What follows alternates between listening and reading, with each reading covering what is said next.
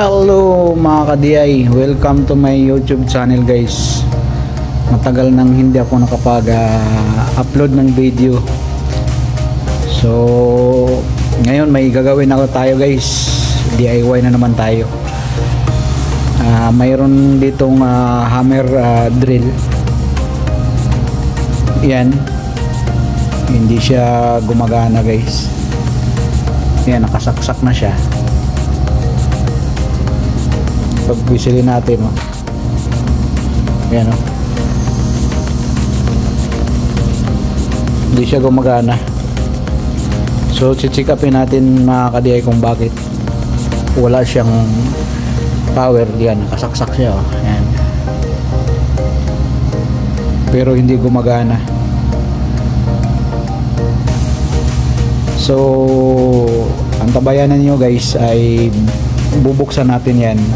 Check upin natin yan kung anong dahilan bakit hindi siya gumagana mga ka-DI. So bago ko gawin yan mga ka-DI, salamat pa nga pala doon sa aking mga subscriber. At sa hindi pa nakapag-subscribe sa aking channel guys, subscribe kayo. And don't forget to hit the notification bell para updated kayo sa aking mga video. So let's go. One eternity later.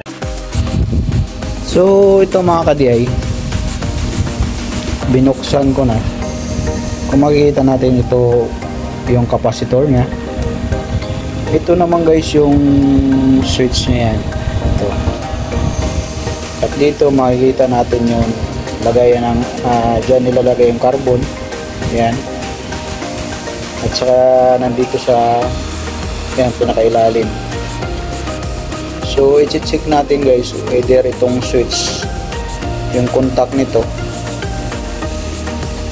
or itong mga carbon. So titesterin natin guys mga ka-DI kung bakit hindi siya gumagana. So ito yung mga parts niya.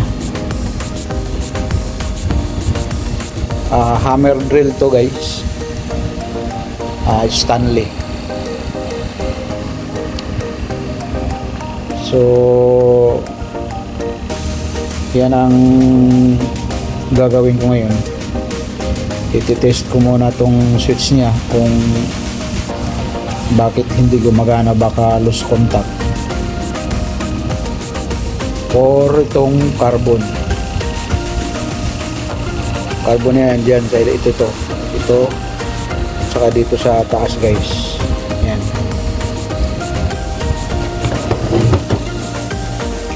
So ang tabayanan nyo mga ka-DI. One eternity later.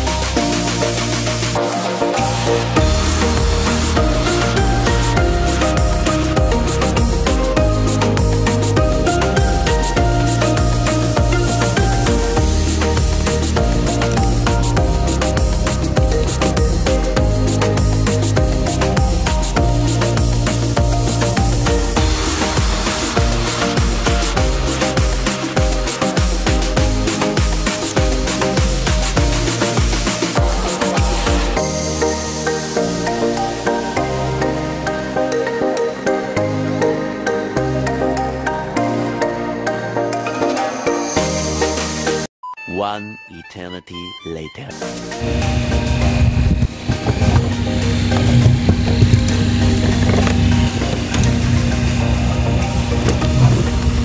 So yun mga ka-DI, na trace up natin. Okay tong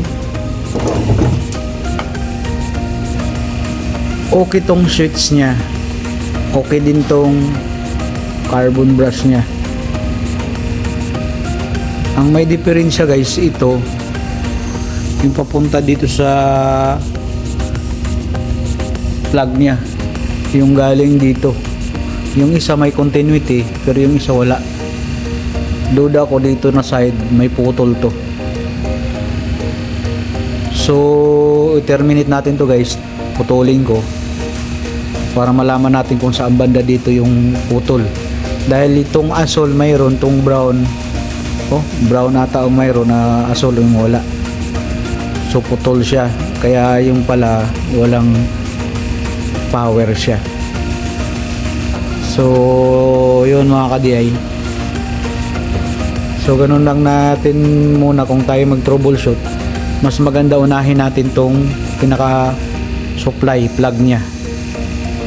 So pag na trace up natin to, okay naman, dito tayo sa switch sunod. Pagkatapos nito, kung okay naman, pasok tayo dito sa carbon brush. Tapos bago yung motor, yung supply ng yung coil nya, kung may continuity siya. So ganun lang mga ka-DI mag trouble ng mga grinder natin, o ito kasi hammer drill to. So yun, antabayanan yung mga ka-DI. Puputulin ko tong wire na to para matrace up ko dito na side kung saan ang putol dito. Alam ko dito to na side. One eternity later.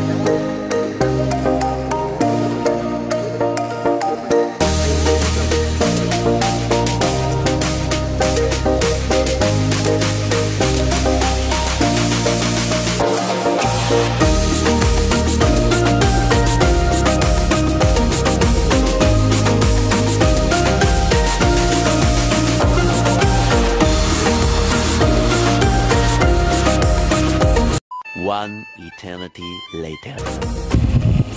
So yun guys, putol talaga siya pala. Yan o, galing dito. Yan o, kung nakikita nyo guys.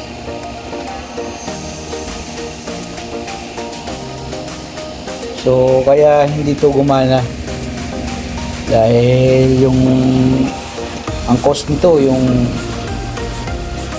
pagbarina at yung hatak-hatak ng wire.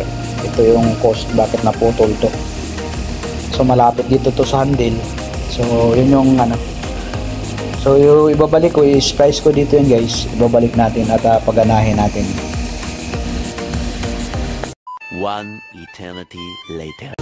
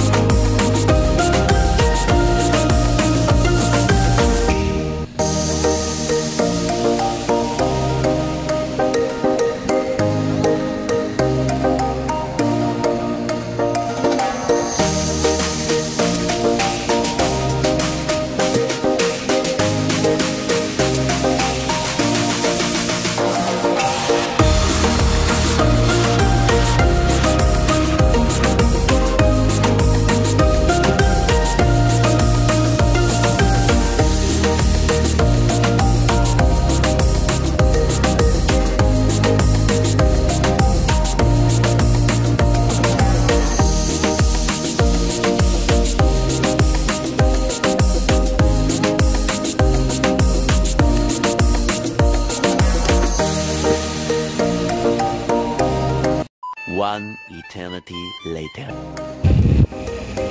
So yun mga ka-DI, natapos ko na. Na-splice na natin, naibalik ko na rin ito.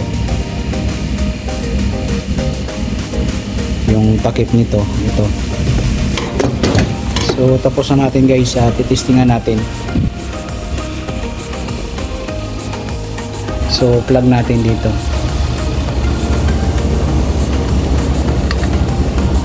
Yan, pa-plug na. So testingan natin. Yan, gumana na siya.